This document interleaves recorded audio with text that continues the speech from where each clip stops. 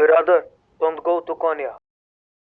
يقول جلال الدين الرومي: عندما تقرر أن تبدأ الرحلة سيظهر الطريق. مرحبا بكم في كونيا. مغامرتنا اليوم بتكون مختلفة. مدينة يكرهوها لتراك، برشا غموض يدور حول المكان هذا، والتقاليد والعادات اللي جمعت مسلمين ويهود ومسيح اسمع لهم حتى شيء. برشا حقائق ومعلومات صادمة باش تسمعوها لأول مرة اليوم.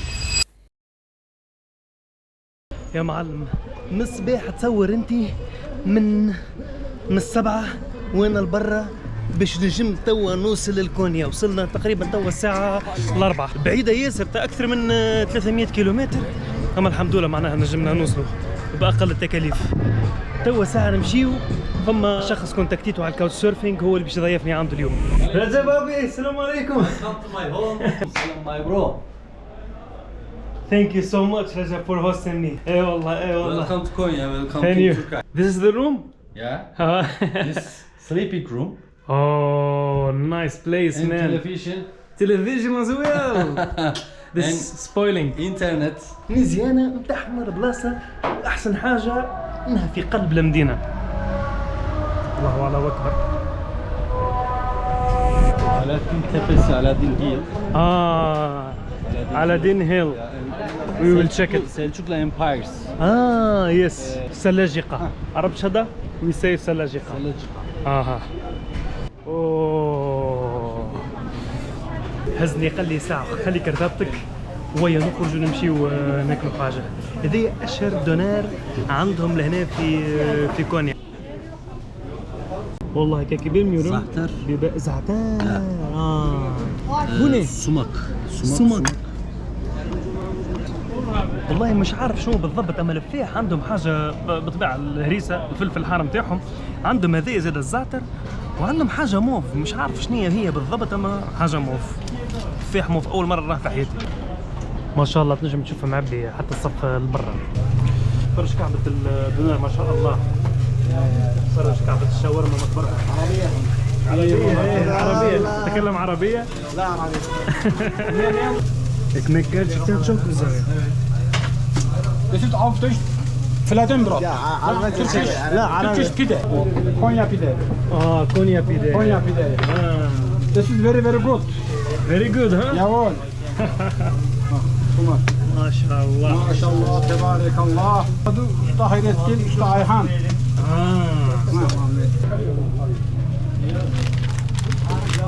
Man, it looks delicious. So I need to put spices like you. نحطوا الفحات كيما صاحبنا رجب. والسمك الموف هذايا. أول مرة ذا والله أول مرة. والله. Very hot. I love hot.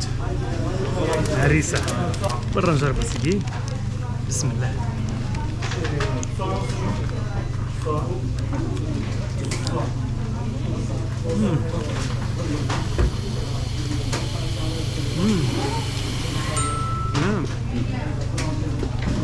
This is very delicious. استناوني نفهم الخليط نتاع الفحات غادي. مان شكرا الزيتي برجولية. هذا ممكن أحسن دونار أكلته في تركيا الكل. كومبينيزون رهيبة يا جماعة، كومبينيزون رهيبة. الخبز هذا أول مرة ناكل فيه كسكروت في تركيا. الخبز هذا تري ومن داخل فيه تري على الآخر، والخبز عرفت منفخ في الفاحة نتاع الشاورما. مان The best sandwich ever. كسكروت سامبل خفيف نظيف ما في حد شيء زايد، اما مش عارف شنو اللي يخليها بنين ياسر. الخبز ساعه، الخبز حاجه روعه، والخليط نتاع الفاح تحط الزعتر والفاح هذاك الموف قارس شويه والهريسه مع بعضهم با ميكسشر نتاع فحات غير عاديه. التجربه الاولى نتاع الماكله في كونيا تشيك. برجوليه غير عادي صاحبنا رجب جمله فرح بيا على الاخر، زاد ما خلانيش نخلص. والاحسن من هذا الكل زاده كمل اعطاني كارت نتاع ترونسبور نتاعهم مشارجيه باش ندور ببلاش يا معلم، باش ندور في المدينه ببلاش. وعديت بقية العشية ندور بين معالم المدينة، وخليت أهم مكان الغدوة الصباح.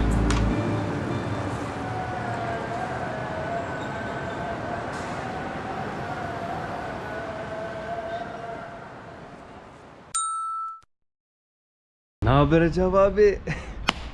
Günaydın. Günaydın. Morning everybody. مورنينج صباح الخير، صباح الورد وصباح المغامرة في أول نهار باش نكتشفوا فيه في كونيا. باش ندوروا اليوم، باش نكتشفوا، باش نعملوا طلة تقريبا على مش أهم المعالم، تقريبا كل المعالم باش نحاول نخسرها الكل كونيا في نهار باش نجموا نتعداو البلاصة اللي من بعد. Are you excited? Thank you. كان لازم نخرج بكري الصباح لأنه شعبية المكان هذا وقداسته تخليه ديما معبي بالزوار. إنها أكثر المدن التركية تصوفاً، فقد شهدت ولادة هذه الصلاة الغريبة. ومن أول ما تدخل للميفلانا تسمع صوت الموسيقى الصوفية وتلقى روحك في الساحة المتحفنة هذه. وهنا فما الميزة والجامعة متاع مافلانا. العباد تطيش الفلوس لهنا كيما نعرفوا، فما برشا عادات كيما نكايا، العباد تطيش فلوس في النافورة متاع الميزة. فما عباد قاعدة تدعي، عباد تجي لهنا تطيش الفلوس وتتمنى وتدعي. في آخر الساحة تلقى قبورات متاع الدراويش.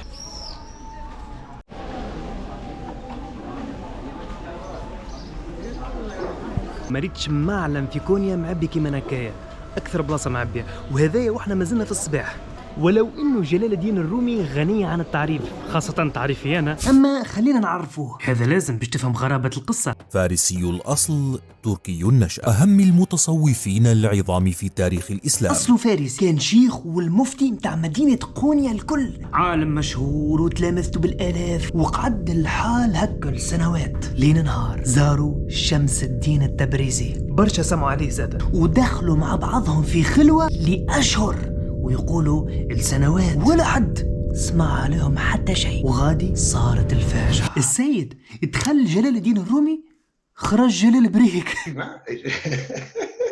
أول ما خرج قال لهم: فلا أنا مسيحي، ولا أنا يهودي، ولا أنا مجوسي، ولا أنا مسلم. ليه؟ وزيد كمل وكتب: مسلم أنا، ولكني نصراني وبرهمي وزردشتي. يا شمس يا تبريزي وخي، شملت الراجل فك الخلوة. غادي وين خرج قامت الدنيا وقعدت، برشا عباد هبطت تتكفر فيه والطالب انه، لكن الحكاية ما وفتش لهنا. برشا عباد أثرت ياسر وبدلها القناعات متاعها وجاب لها أفكار ثورية إسلامية. كيفاش إسلامية؟ ما فهمتش. توا باش ندخلوا لضريح مولانا جلال الدين الرومي.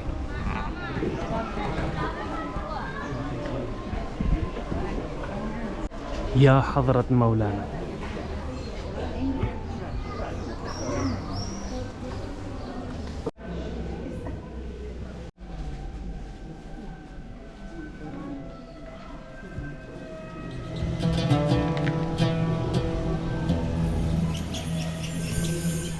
أبارامو فما مقام آخر ولا حاجة أخرى هذيك، خاطر بنية كبيرة بقبة ويهزلها الباب الصغير هذا، بعض من أشعار جلال الدين الرومي.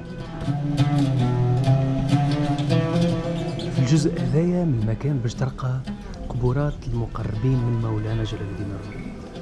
البعض يجيو لهنا كما قاعدين تشوفوا باش يتعبدوا ويتأملوا، البعض منهم على الطريقة الصوفية والبعض منهم بطريقته الخاصة. يعني البعض قاعدين يقرأوا عليه في القرآن.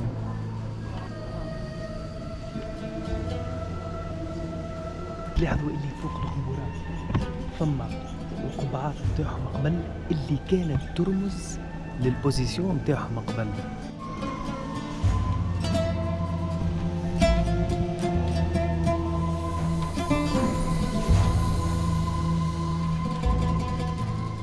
هذه الجبة متاعه قبل.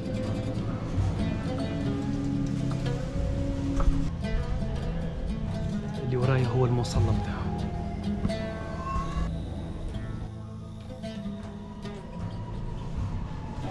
البلاصة تحسك بالقشعريرة يا معلم. الأغنية اللي حاطينه والعازف بالناي وزيد فوق هذا الكل كي تشوف العباد كيفاش قاعدة تتأمل ولا قاعدة تتعبد، إحساس آخر.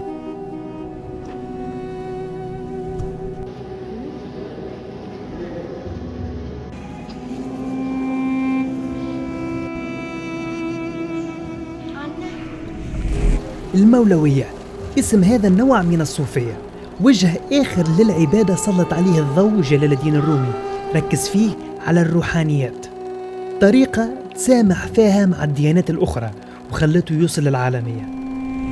وأصبح ضريح جلال الدين الرومي مزار للحجاج من كل بقاع العالم الإسلامي والعالم حتى. جلال الدين الرومي هو الشاعر رقم 1 في الولايات المتحدة الأمريكية. قواعد العشق ال40 اللي جابها والكتاب اللي تكتب عليه عمل ضجة في العالم الكل، مش كان في العالم العربي والإسلامي. اليونسكو وصلت تحتفل به. ليوناردو دي كابريو صرح وقال إنه يعمل في فيلم واللي هو باش يكون شخصية جلال الدين الرومي. قالت النصارى: نحن فهمنا عيسى أكثر بمولانا جلال الدين. وقال اليهود: نحن فهمنا موسى أكثر بمولانا جلال الدين. وانتم حسب رأيكم اكتبوا لي في الكومنتات، جلال الدين هل هو كافر ولا مسلم بطريقة مختلفة؟